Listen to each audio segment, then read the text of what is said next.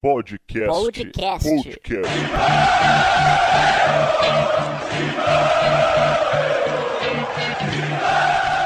Olá, boa tarde, bom dia, boa noite, ouvintes e apoiadores do Podcast Mão. Essa é uma edição especial, não poderia ser outra. O Podcast Mão 171, um dia depois de...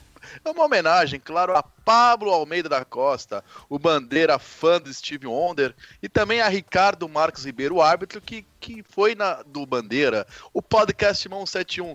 Teleco, você é uma espécie de homem invisível, os apoiadores não vêem você, tem uma foto no Facebook, no Twitter, eu, Vessone e Belo, e você não está, as pessoas não te enxergam.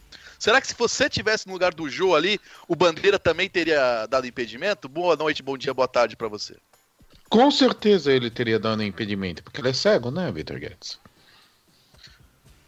Talvez o erro mais absurdo que eu já vi na minha vida. Para vocês terem uma ideia, hoje eu vi Sormani falando que foi um erro absurdo e falou que o Corinthians foi muito prejudicado nesse campeonato. Você acredita nisso? Para mim foi difícil acreditar. Marco Belo, se você fosse o Bandeira, o não Bandeira de Melo, presidente do Flamengo, se você fosse o Bandeira e tivesse lá o nosso Dene DeVito Pinguim ali, um homem invisível, você teria dado impedimento ou não? Aliás, é diferente, você estava no gramado, né? A posição dos repórteres, o Marco Belo é repórter de campo na Rádio Transamérica, e tradicionalmente o repórter de campo da titular que cobre o Corinthians fica no gol da Sul, no gol onde estava do Corinthians é a do Flamengo. O gol foi do outro lado. Eu estava no 10º andar ali, onde fica a imprensa escrita. E deu pra ver de onde eu estava, sem replay, que não estava impedido. De onde você estava, no outro gol, na linha, na altura do campo, você viu que não estava impedido, João, ou não? Bem, bom dia, boa tarde, boa noite, Vitor Guedes, Teleco Press. Foi um dos erros mais bizonhos que eu já vi na minha vida dentro de um campo de futebol. Normalmente, como você disse, eu estava no sul, o lance foi na norte, eu estava do outro lado, tem 22 jogadores na minha frente praticamente. Normalmente, eu nem opino sobre lances que acontecem do outro lado durante a jornada esportiva. Depois eu chego em casa, vejo pela televisão para poder opinar nos programas da rádio.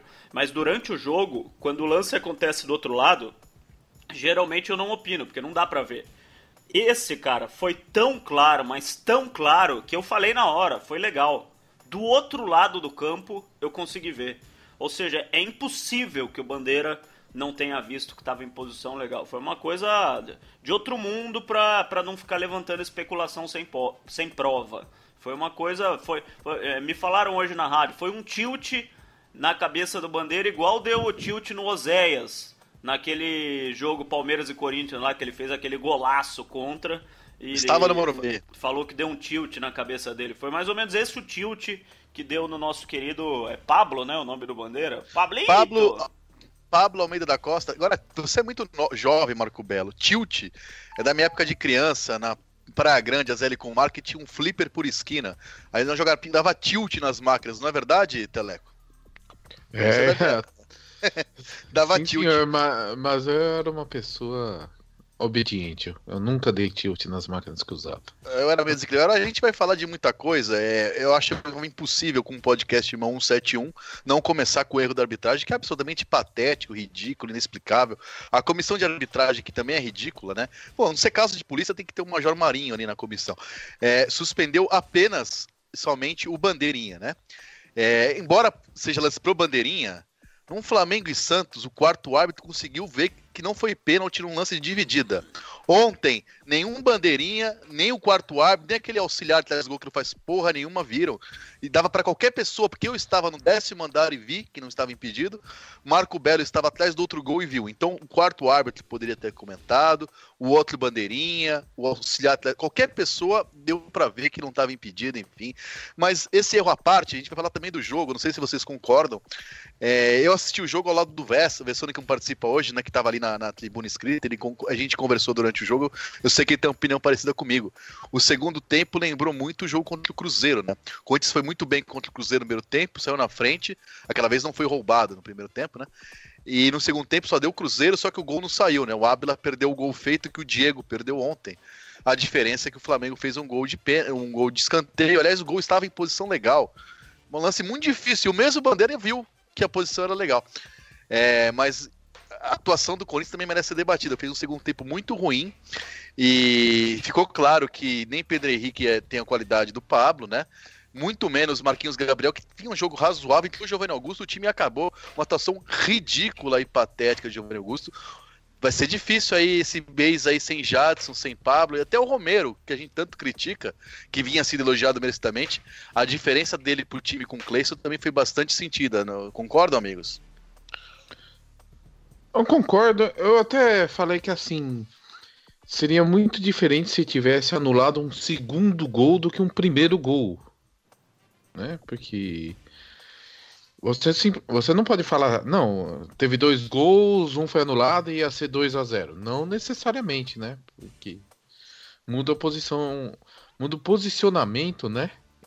Dos times em campo quando tem esse gol. E faltou muito, né? Assim, o Marquinhos Gabriel saiu, mas eu acho que o que matou o jogo mesmo foi quando entrou o William Arão e o Berrio, né? Que eles mudaram o jogo e demorou pra mexer, não foi?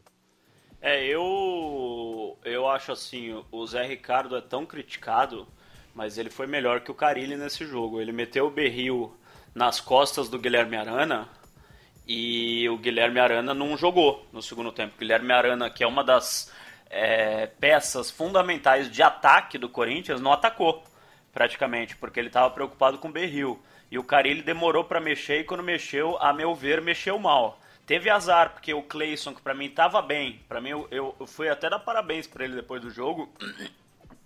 Não que ele foi um Pelé em campo, mas é o que eu já falei aqui no podcast e repito, para Cleison, o Cleison foi bem. Para mim ele fez bem a posição do Romero de atacar e defender, tanto que ele saiu com cãibra, de tanto que ele correu. Então para mim, enquanto o Cleison esteve em campo, ele fez bem o seu papel. O Marquinhos Gabriel teve abaixo, porque o Marquinhos Gabriel sabe jogar bola, mas 90% do tempo não joga. Esse jogo contra o Flamengo foi 90% do tempo, não foi os 10% que faz ele ganhar aquele salário milionário. 10% das vezes ele joga, e a profissão de jogador de futebol no Brasil é tão fácil que esses 10% faz ele fazer contratos absurdamente milionários, né? Mas enfim, o jogo contra o Flamengo foi daqueles 90% que o Marquinhos Gabriel não joga nada. Então, pra mim, o Marquinhos não estava bem. O Pedro Henrique eu não achei tão mal assim quanto as pessoas estão falando. Estão pegando no pé do moleque, eu acho. E ele tem tudo para crescer. Eu acho que o Pedro Henrique, se ganhar, segura. Ele é meio Loki, né? Ele é meio maluquetes, assim. Não tem muita noção. Para fazer pênalti é facinho. Ele foi salvo pela trave, né? Assim, um gol contra bizarro. Mas eu acho que esse lance marcou. Ah, mas isso aí é fortuito. Com você. Né? Não, mas foi um erro técnico, né? Mas ele vinha fazendo uma boa partida e beneficiado pela péssima atuação do Guerreiro, né? Inclusive, achei o Balbuena muito bem, o que ajudou também o Pedro Henrique. O Balbuena e o Jô foram muito bem na partida. Inclusive, o lance do gol do Jô foi 80% do Balbuena, né? Foi absurdo. Ele roubou a bola do Guerreiro, levou até o meio de campo e deu um lançamento de craque pro Jô, né? Foi impressionante. O gol do Jô, a participação do Balbuena. Agora, só falar sobre o Giovanni Augusto. Giovanni... Meu Deus, eu acho que, assim, aquelas 2 jogadas no final da partida meio que sepultaram a partida do Giovanni Augusto, né? Ele ficou muito marcado por causa dos 2 últimos lances. Então, eu acho que se não tivesse esses 2 últimos lances, talvez a gente estivesse criticando o Giovanni assim como eu estou criticando o Marquinhos Gabriel. Nada demais. Agora, esses 2 últimos lances foi ridículo e o futebol dele também foi ridículo. Eu só não acho que ele foi o culpado pelo fraco futebol do time. Eu acho que aí já é um exagero. A torcida tá pegando no pé só dele por causa daqueles 2 lances, a meu ver, porque foi algo muito na cara. Assim, ele perdeu 2 bolas que seriam contra-ataques, um contra-ataque e um ataque do Corinthians que ele conseguiu entregar a bola pro adversário. Agora, não é só isso, né, Belo? Ele não jogou nada, não jogou nada mesmo. Não é só isso, né? Ele não tem crédito, né? O Jô e o Balbuena foram muito bem, tiramos fora disso. O Cássio tinha feito uma defesaça e cabeçada do Juan. Tem vindo muito bem no campeonato. Então nem se questiona o lance do gol. Que se ele tivesse vindo numa má fase, a gente poderia aqui questionar. Aliás, os 2 gols. Na minha opinião, nos 2 gols, os 2 goleiros foram muito bem na partida. O Diego Alves fez uma defesaça do jogo no final do jogo, mas os 2 gols eram bolas defensáveis, na minha opinião. Agora, o Corinthians fez um primeiro tempo bom, muito bom, dentro do seu estilo, e um segundo tempo muito ruim. E o que me tranquiliza um pouco é que quando fez o segundo tempo muito ruim, foi roubado. Pra mim, isso foi garfado de forma escandalosa. E o Carille não viu outro jogo, né? Porque na coletiva ele falou que o time merecimento foi fraco, jogou assim, ele pelo menos ele viu o mesmo jogo que todo mundo viu. E o Corinthians vem de 4 rodadas, em que empatou 3 e venceu apenas um jogo, e a diferença está em 8, 10, 12. Ou seja, a diferença do Corinthians é muito boa. A vantagem do Corinthians é excepcional, é a maior da história dos pontos corridos a essa altura. Enfim, então o Corinthians agora fazendo uma conta bem vagabunda. Ganhando, faltam 2 com 19, são 21 jogos. Ganhando metade dos jogos, 11, vai.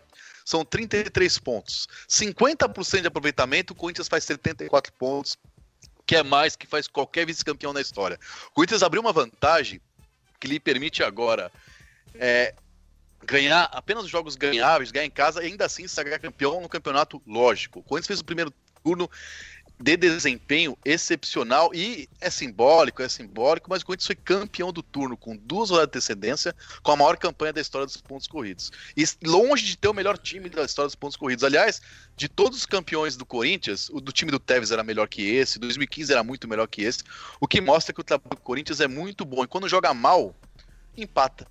Vocês 90 era melhor que esse? 90 não era pontos corridos, eu tô falando, e classificou em 8º.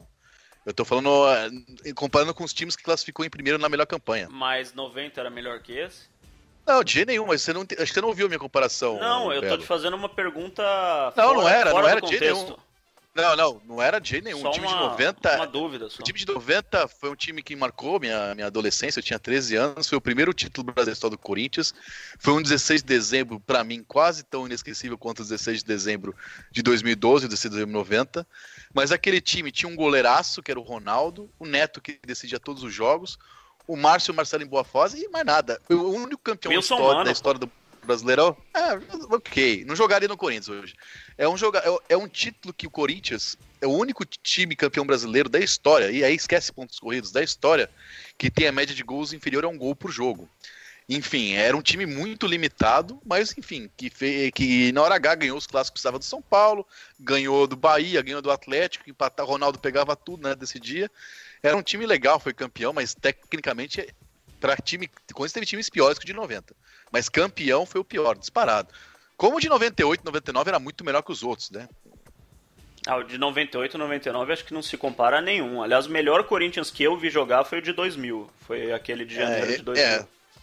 Eu não vi o dos anos 50, né? Enfim, que Cláudio, Baltazar, Luizinho, enfim, que era um timaço, Gilmar no gol, e Dário, mas eu não vi jogar. Agora, dos que eu vi jogar, esse triênio aí, 98, 99, 2000, o ideal seria uma seleção de todos, né? Porque em 2000 já não tinha o Gamarra, 98, enfim, um tinha o Dida, mas não tinha o Gamarra, outro tinha o Didi no ataque, outro tinha o Índio. Se você juntar os 3, dá uma seleção animal. É verdade. Vocês gritaram é campeão, tem pôster, Tele, comemorou? Eu acho que é simbólico, mas enfim, todas as vezes que o Corinthians ganhou o primeiro turno foi campeão brasileiro nos pontos corridos, e só 2 vezes na história que isso não aconteceu, com Grêmio e Inter. Quer dizer, é uma vantagem muito boa do Corinthians, não é o título simbólico, mas é um bom encaminhamento. O Corinthians encaminhou o caneco do brasileiro. Não dá para comemorar ainda, mas... o importante é você não confundir a causa e o efeito, né?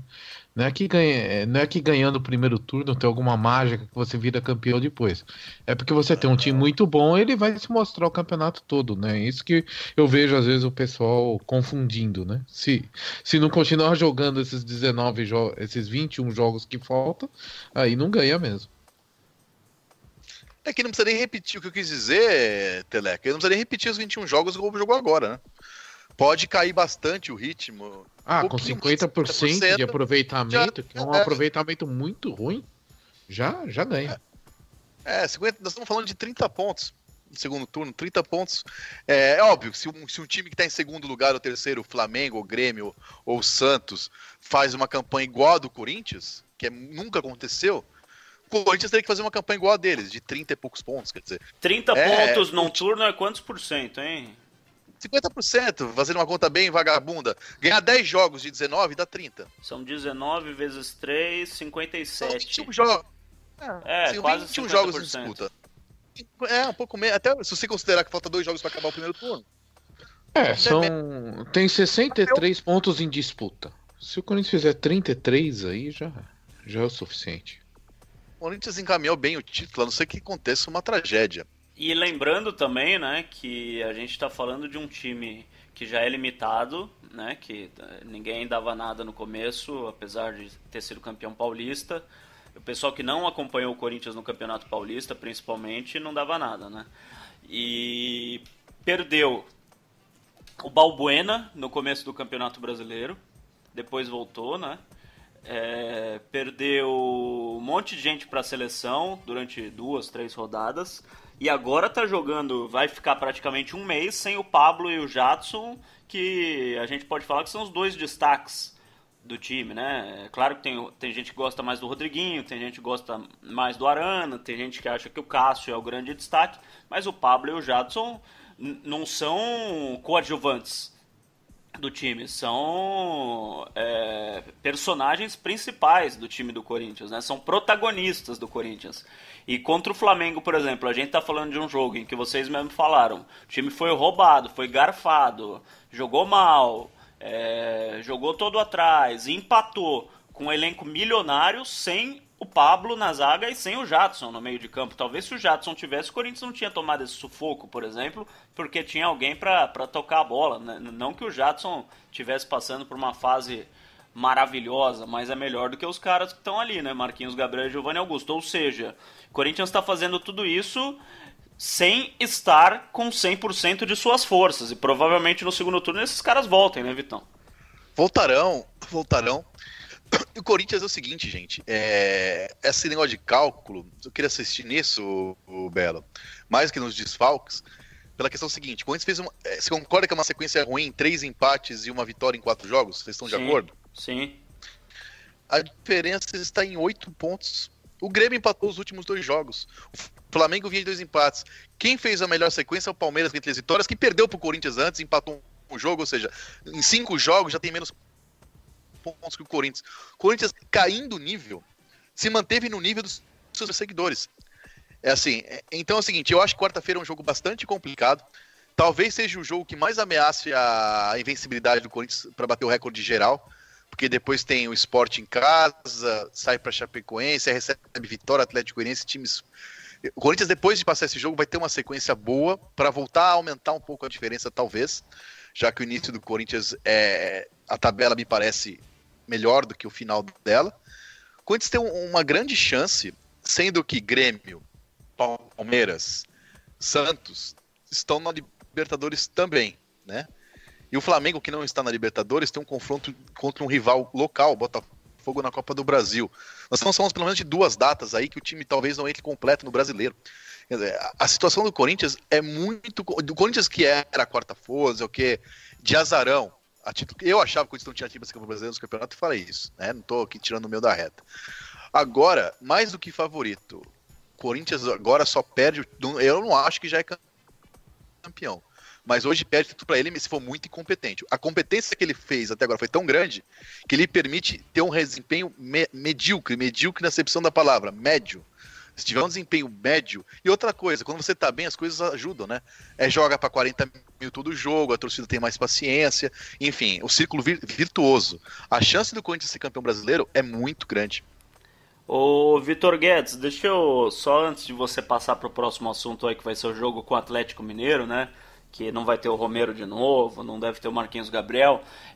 Falar pro pessoal que tá ouvindo o podcast, para entrar lá no apoia.se/podcastimão, que é o pessoal que ajuda o programa a continuar no ar. Né? Você que ouve o podcast Timão, você que gosta do programa, ajuda a gente a continuar no ar, porque é um programa gratuito e a gente depende da sua ajuda para conseguir continuar transmitindo o podcast Timão, continuar com esse canal de notícias sobre o Corinthians, para corintianos, né, pro Corinthians. A gente só fala de Corinthians aqui e a gente conta com a tua ajuda, claro, sempre tem prêmio, sempre tem sorteio, brinde, camisa. Teve o evento do Marcelinho agora, que o nosso apoiador Robertson Bispo ganhou. Teve o evento do Guilherme Arana, que nossos apoiadores foram lá, tiveram ingresso VIP.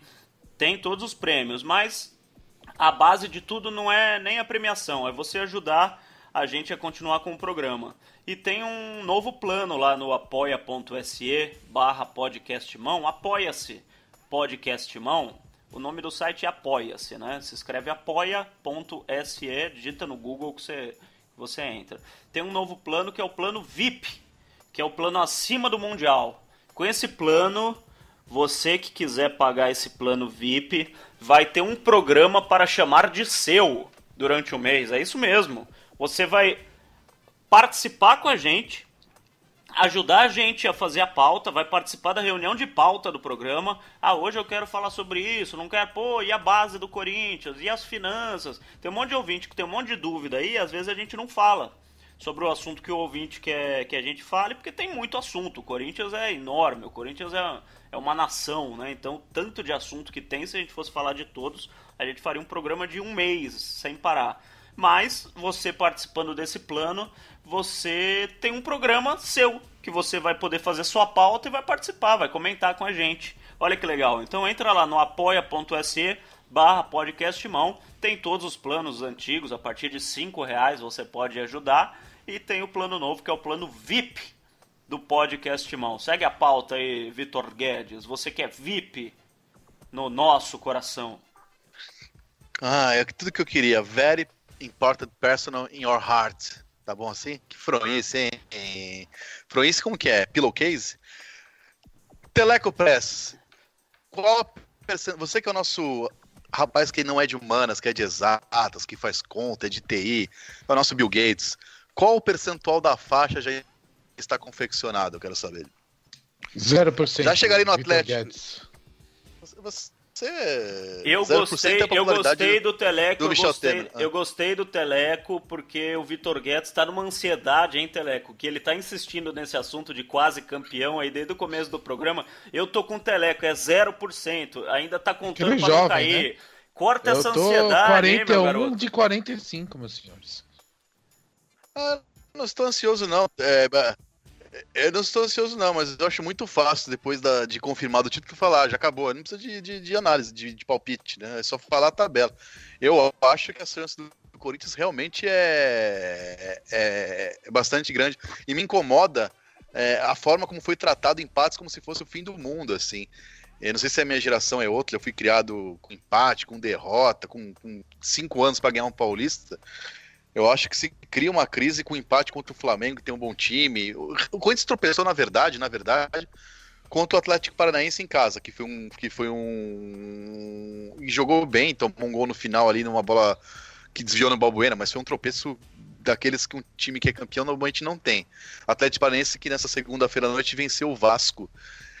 Enfim, é um tropeço. O Avaí, que é um resultado ruim, um empate, é um adversário que ganhou do rival direto, do Grêmio, fora de casa, e empatou com o Flamengo na sua casa. Ou seja, o Corinthians perdeu um ponto que os seus perseguidores também perderam, não vai trazer grande prejuízo. Agora, já que você está ansioso para quarta-feira, Marco Bella, primeiro que o jogo será no Mineirão, né? Não no Horto, não no Independência. Agora eu estou ansioso para saber a escalação do Corinthians. Eu queria saber informações de vocês e opinião. Os desfalques de Pablo e Jadson é certo que não joga, né? Aí tem a situação fora, do Romero fora, Cleison acho que permanece. Isso. A minha dúvida é Marquinhos Gabriel, né? Se não jogar, ele vai ter coragem de escalar o Giovanni Augusto de novo? Eu acho que joga o Giovanni Augusto. A gente está gravando o programa na segunda-feira. Na segunda-feira à noite ainda não está decidido. Se você estiver ouvindo o programa na terça, provavelmente você já saberá. Mas na segunda-feira à noite ainda não está decidido. Mas o Marquinhos Gabriel não deve jogar. E quem você colocaria que não o Giovanni Augusto? Você escalaria o Pedrinho de titular no Mineirão contra o Atlético Mineiro, Vitão? Contra qualquer pessoa, em qualquer lugar do mundo, eu não escalaria o Giovanni Augusto. Se você me der qualquer opção, eu fico com a segunda opção. Se a dúvida é Pedrinho ou Giovanni Augusto, eu vou de Pedrinho. Se você falar qualquer coisa de Giovanni Augusto, eu vou de qualquer coisa. Muda o esquema, põe outro volante. O Pedrinho não tá pronto. Então põe o Camacho, joga com mais um volante, põe mais um ataque, faz o que você quiser.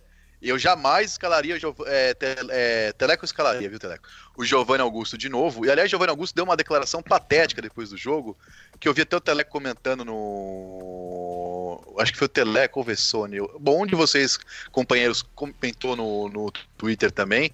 Eu tô falando sobre isso na edição de terça-feira na minha coluna agora. Quem é o Giovanni Augusto para falar em 3 ou 4? Ele é retardado, ele é surdo, ele não estava no estádio. Ele irritou cerca de 30 milhões de pessoas com a sua situação patética. Ele acha que é 3 ou 4? Uma falta de noção. Não, vou defender ele aí, Vitão, porque eu tava nessa entrevista. Vou defender sim. Corta o microfone dele. Vou defender sim, porque você está tirando de contexto uma fala. Você está tirando de contexto. Eu acho que é o mal, às vezes, da gente que tira de contexto as coisas. Ele estava falando, foi uma pergunta do repórter Gustavo Zupac, eu estava do lado, eu estava gravando essa entrevista. O Gustavo Zupac, da Rádio Globo, perguntou se ele tinha xingado alguns torcedores, se ele tinha respondido a alguns torcedores na saída do estádio, porque eu estava também na saída do estádio, e daí ele tinha razão, não eram 3 ou 4, mas eram uns 10 torcedores que estavam xingando ele ali, em cima do portão, na saída, onde os jogadores saem, aqueles torcedores que ficam lá no oeste inferior, começaram a xingar ele, e o Giovanni Augusto saiu encarando esses caras. E a pergunta do Zupac foi, você chegou a responder pra esses caras? Daí ele falou, não respondi, eu só fiquei encarando pra saber quem eram, mas eram 3 ou 4. Foi isso que ele falou, ele não falou que só 3 ou 4 criticaram ele. Você tá tirando de contexto. Então vem cá, então eu vou dizer... Não, eu não estou tirando de contexto, então eu vou criticar junto com você. Ao contrário de você, eu não estava na coletiva. E o que eu estou afirmando foi o que eu li e ouvi, que foi editado. Não é que eu ouvi isso e tirei. Eu já consumi a informação do jeito que eu passei. Então é um erro esse erro eu não assumo. Porque do jeito que você tá falando não tem nada a ver. Então, exatamente. Então vem cá, mas onde você viu essa notícia que estava fora de contexto. Mas eu estou dizendo que eu não. Eu erro, eu tenho informação, eu tenho opinião que é a minha, vou ter a minha opinião sempre, concorde ou não, tenho o meu erros. Agora, eu não mudei contexto de nada, vi a informação desse jeito. Eu entendo. O que eu tô falando então é que você viu em algum lugar fora de contexto. Não foi num lugar só que eu vi, mas tudo bem. Agora, você estava do lado e viu a entrevista inteira, e aí o que você está me dizendo muda completamente de figura. Eu infelizmente, não assisti a entrevista na íntegra no Sistema Globo de Rádio, onde trabalha o Zupac, nem não sei se Isabel, se vocês colocaram na íntegra, o que eu ouvi ontem e li... Não, você me dizendo basta, sua palavra basta. Agora, o que eu ouvi e li na internet... E a chance de poder ter uma sequência agora com as lesões que acontecem no momento tão importante do campeonato? Não, nenhum momento reclamei, não falei nada. Só apenas olhei pro torcedor para ver quem que era, normal, faz parte. Todos nós jogadores estamos acostumados com isso, estamos sujeitos a isso. Não dá para agradar todo mundo, é importante que é a minoria. Então, que a gente vem sempre procurando conversar para que a gente não possa deixar as coisas de fora entrar no nosso grupo. Graças a Deus está muito fechado esse ano, as coisas estão acontecendo.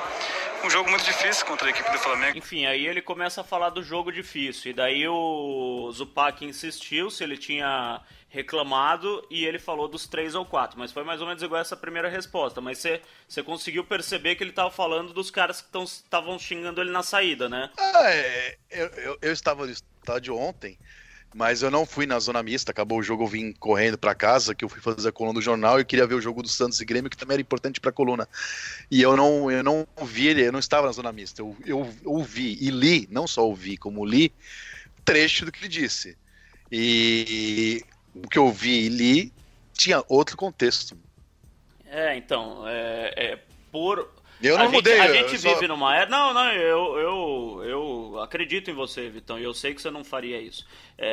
O que eu acho é que a gente vive numa época em que muita gente copia e cola, né, informação. Você dá uma notícia no site Meu Timão, quando você vê tá no site do Acre, no site do Amazonas, porque o pessoal copia e cola. Provavelmente alguém pegou esse trecho do Giovanni Augusto, errou ao tirá-lo de contexto, e as outras pessoas, até porque não tinha muita gente nessa entrevista com o Giovanni Augusto, tinham 3 ou 4 microfones lá, e para ter saído em tanto lugar assim, provavelmente a mesma pessoa que pegou de um lugar colocou em todos os outros, por isso você falou que viu em muitos lugares, mas a gente aqui no podcast Mão, jornalisticamente, então está recolocando no contexto. Eu não quero tirar nenhuma crítica ao Giovanni Augusto, eu repito, concordo com você que ele jogou mal, só esse negócio dos 3 ou 4 aí, Que ele não quis falar que apenas 3 ou 4 estavam falando mal do futebol dele. Não foi isso que ele quis falar. Ele quis falar que eram 3 ou 4 que estavam xingando ele na saída do campo. Só isso. Passando a palavra pro Teleco, só quero dizer que eu não tive nenhuma crítica que eu fiz ao futebol ridículo dele, mas obviamente retiro tudo que eu disse em relação à declaração dele, já que não tem nada a ver com a parte que eu vi. Em relação ao futebol dele, foi ridículo, patético, não estreou até agora, enfim, tinha uma atuação ridícula. E isso eu não tiro porque isso é opinião. Agora, a informação que eu tinha foi baseada num trecho que não é a verdade completa, então de minha parte está retirada. Teleco, sua opinião sobre Giovanni Augusto? Não esperaria menos de você, Vitão. Giovanni Augusto esgotou minha paciência. Eu fiz uma torrente de palavrões ao Giovanni Augusto. Tem uma jogada ali que ele tá sozinho ali do lado da área. Tem um jogador do Flamengo ali no bico da grande área. Ele conseguiu dar no pé do cara. Isso simplesmente não é possível, né? E você escalaria quem contra o Atlético Mineiro, Teleco? Eu colocaria o Camacho e deixaria para o Rodriguinho armar. Eu sei que vai ficar capenga, mas pela performance do Giovanni Augusto, eu acho que não. Sabe qual que é o problema? Eu acho que se eu fosse escolher um time para entrar em campo, eu colocaria o Camacho, até por ser um jogo fora de casa contra o Atlético Mineiro, enfim. E o Rodriguinho sabe fazer aquele papel ali na direita também. Mas, vocês podem até achar que eu tô falando besteira, ou que é bobeira, mas o Carille, ele faz o estilo daquele técnico que gosta de ganhar o grupo, que gosta de ter todos os jogadores à disposição. O Giovanni Augusto, criticado do jeito que ele está sendo, o Marquinhos Gabriel continua fora, todo mundo sabe que no lugar do Marquinhos joga o Giovanni, tanto que entrou o Giovanni no lugar do Marquinhos na partida contra o Flamengo. Vocês não acham que se ele não escalar o Giovanni Augusto, ele perderá esse jogador para o grupo? E não tô falando, foda-se, perdeu o Giovanni Augusto, não vai fazer diferença nenhuma, não é isso que eu tô querendo dizer, é perder um jogador que pode levar outros caras, entendeu? Vai acabar tendo uma fissura, um problema dentro do grupo por causa disso, vocês não acham? Eu acho que não, mas eu acho que ele vai escalar o Giovanni Augusto. Eu acho que não, porque seria isso se ele tivesse tirado o cara na primeira vez que o cara derrapasse. O Giovanni Augusto até agora não justificou sua passagem pelo Corinthians. E foi uma atuação horrorosa e que todo mundo viu. Não seria uma sacanagem, o cara treinou mal uma vez não foi bem. Aí é sacanagem. O Giovanni Augusto tem um histórico horroroso que justifica a sua saída do time. Não seria algo injusto, algo que não teria explicação. Por esse motivo, eu acho que não teria problema com o grupo. Por outro lado, eu acho que ele é mais conservador. Ele e Marco Belo são reacionários. Fábio Carille e Marco Belo. Ele vai escalar só o Giovanni Augusto. Só pra você ter uma ideia, eu vou te mandar uma foto. Mas nem por isso, eu acho que... Oi. Eu vou te mandar uma foto. Eu estou fazendo o programa com a camisa, com a foto de Emiliano Zapata na minha camisa. E você me chama de reacionário, amigo. Viva Zapata, viva Tchê, viva todo mundo. Agora, eu acho que ele vai escalar o Giovanni Augusto não só pela sua explicação, Marco Belo, porque o Carille, ele tem um esquema muito organizado que não abre mão, e no 4-1-4-1, que varia para 4-2-3-1, não há no grupo alguém que possa fazer aquele lado direito, no meio de... Se ele escalar o Camacho, nem Michael, nem Rodriguinho jogam pelo lado do campo. Então ele teria que mudar o esquema. Por isso eu acho que até o Casim ou o Cleiton são opções antes do Camacho.